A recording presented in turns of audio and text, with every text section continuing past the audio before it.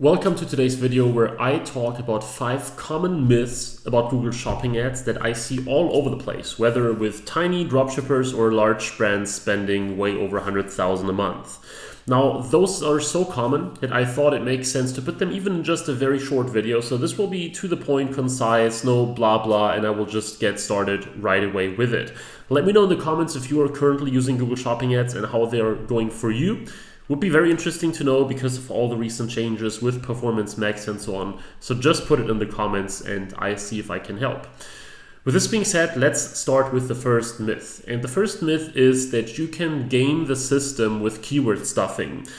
Now, what do I mean with that? Well, it's no secret that a title, a Google Shopping title that has a lot of words in it can be used to basically get more impressions and clicks, right? And I highly recommend that you work on your titles and especially your titles in order to get more volume. However, you shouldn't make it look something like that, where it says women's bag sets, handbags, bag set, nylon, PU, leather, 6 pieces, purse set, zipper, and actually the name goes on. So this is just the tip of the iceberg. It has a whole bunch of additional words to it.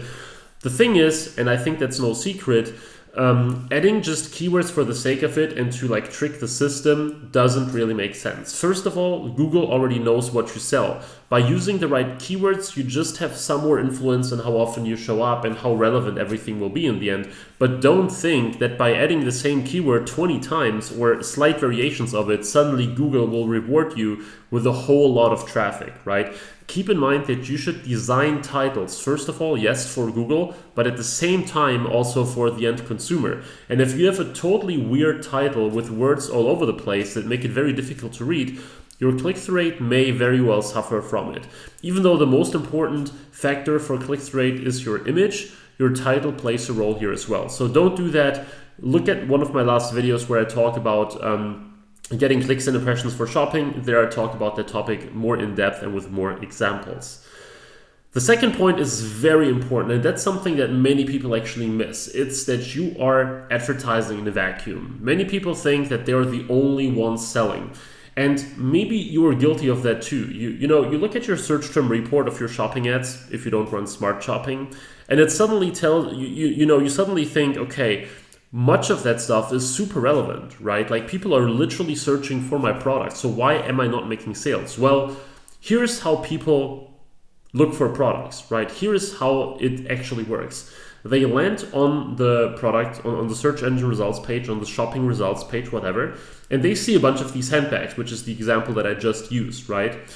Now, they are not just going straight to an ad, landing on the site, and then going through the purchase journey, right? And if you're not converting, something must be off. That's not at all how people shop, and you know that from yourself. When you're buying something, you are usually looking at a whole bunch of competitors, and maybe you even need a couple of hours or days or weeks, depending on what you buy, to actually finalize the purchase, right? So as a store owner, we tend to think of customers differently than what we are doing ourselves as customers, and that's very problematic because let's say I'm a woman or a man, whatever, who purchases a handbag, right? But let's assume I'm a woman, which is, I guess, more common.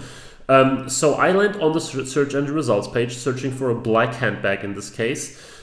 The first store I may go to is this one, right? But I'm not just going through the checkout process and buying right away because I have literally millions of choices. So I might open that one in one tab, and then I might open that one here in another tab, and I might open that one here in a third tab, right? And what I'm really doing is I'm just quickly scanning the top of the page, usually the buy box, so the thing that you see here on the top right where it says price, title, etc. These elements draw the most attention. On the one hand, the pictures, and then the buy box that tells you everything important, price, material, color, type, usually shipping, things like that. And people are not, reading all the details. So don't think that by optimizing your product description text a little bit, adding some fancy copywriting with benefits rather than features and things like that will massively increase your conversions, because chances are people are leaving within seconds already. You have to convince them with the design and the style and everything of your website right away on first sight for them to even look at more stuff. So if we look at these three, they're designed totally differently. This one here is very, very simplistic, almost no text, a lot of white space. This one here, well, it's a huge brand, obviously, ASOS, has a fairly optimized one, very clear colors, everything is very clean, pricing, then you have the reviews right away. And then here we have kind of mixed a whole bunch of things together, right? The point is though, if you now sell handbags and you compete with these guys, you would just be one of the many tabs they open. And you have to first of all capture their attention, and then of course you have to make sure that you have the right search query, that you're bidding for the right keywords, that you have solid pricing, that you have trust, and so on and so forth.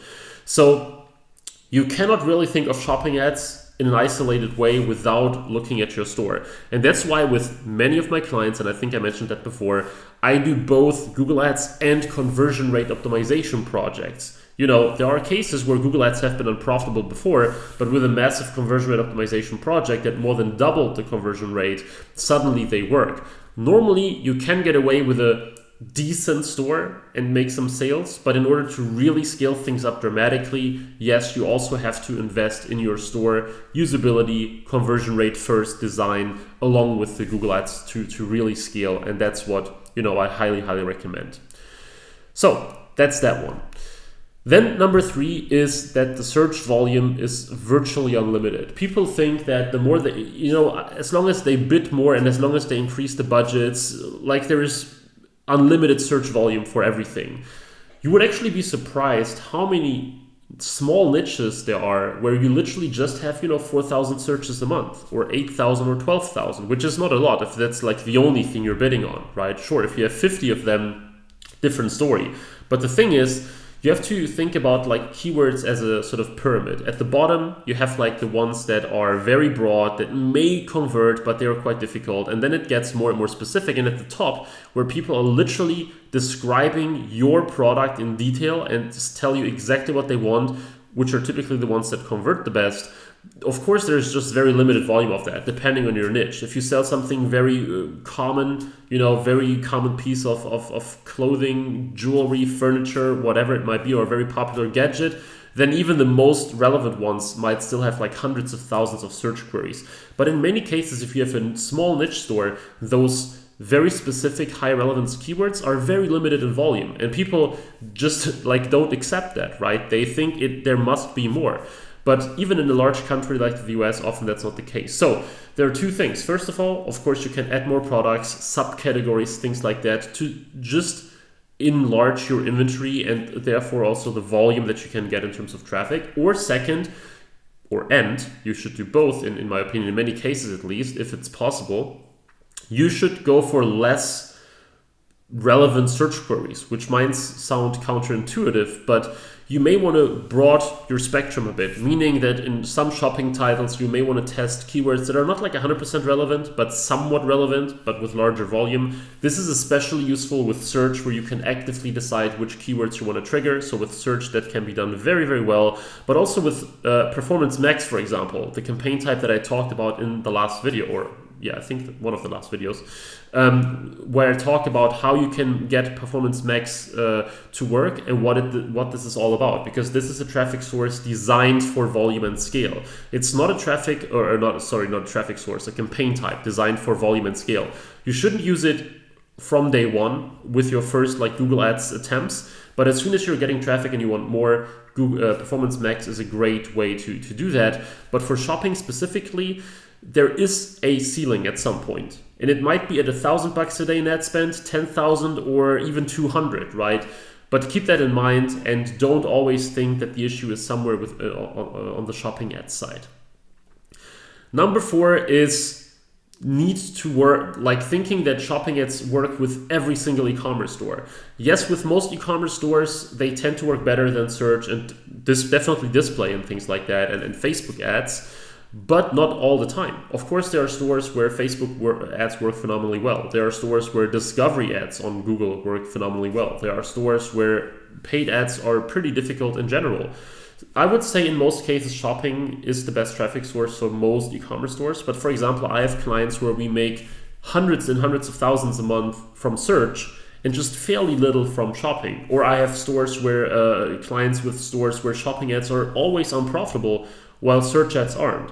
So sometimes it's just that either like shopping ads are too competitive in your space, or they're just too expensive, because search ads, not always, but they tend to be cheaper. So if you have a very thin margin and you like every penny counts, sometimes literally search ads are the way to go, because in some niches the conversion rates are very similar, and if on shopping you have higher CPCs, it's a very easy choice.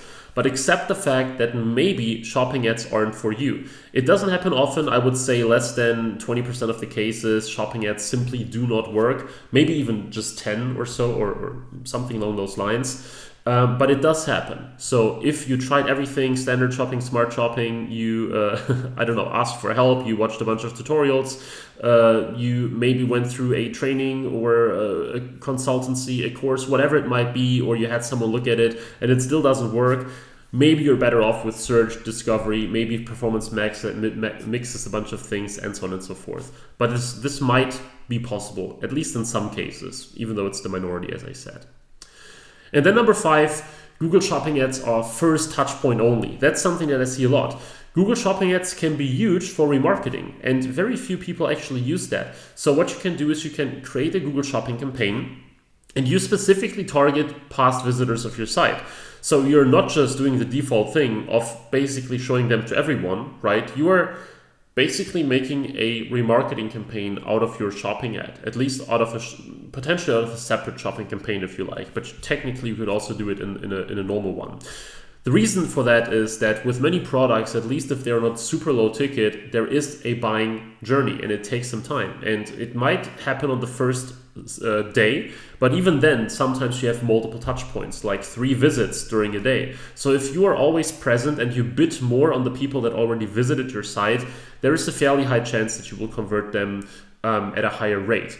So use shopping ads as a remarketing campaign, as one remarketing campaign, versus thinking that the only way to use shopping is through like first touch point, right? Not doing remarketing over there, or only doing like passive remarketing, because some people of course inevitably stumble upon your shopping ads again after they visited your site. But what you should do is you should bid more on people who visited before, essentially like focusing more on these people because they've seen your store, they've seen your product, and if they come back, like a returning visitor is almost always more likely to convert than a new one. So these were my 5 points, the most common myths. I hope it helped. I hope that you learned something from that. If you want me to look at your ads, if you want me to check out what you're doing, see whether there's room for improvement, even run ads with you or for you, then you might want to check the link in the description or in the first comment, where you can look at some of the case studies I have. You can look at what I've been doing. As I said, brands of tiny with tiny ad spends all the way up to 8 figures a year in revenue. My biggest client at the moment does around $30 million a year. So if you fit somewhere in between or potentially also higher, chances are that I can help you. So check the link in the description. I'd happily take a look at what you do, of course, initially for free, just to see if it makes sense to work together, if there is a good fit for it. And with this being said, I hope you enjoyed this video. Please leave a like, please subscribe if you want to learn more and stay up to date with Google Ads and e-commerce content. And with this being said, I look forward to see you in the next video again. Wish you all the best, and bye-bye.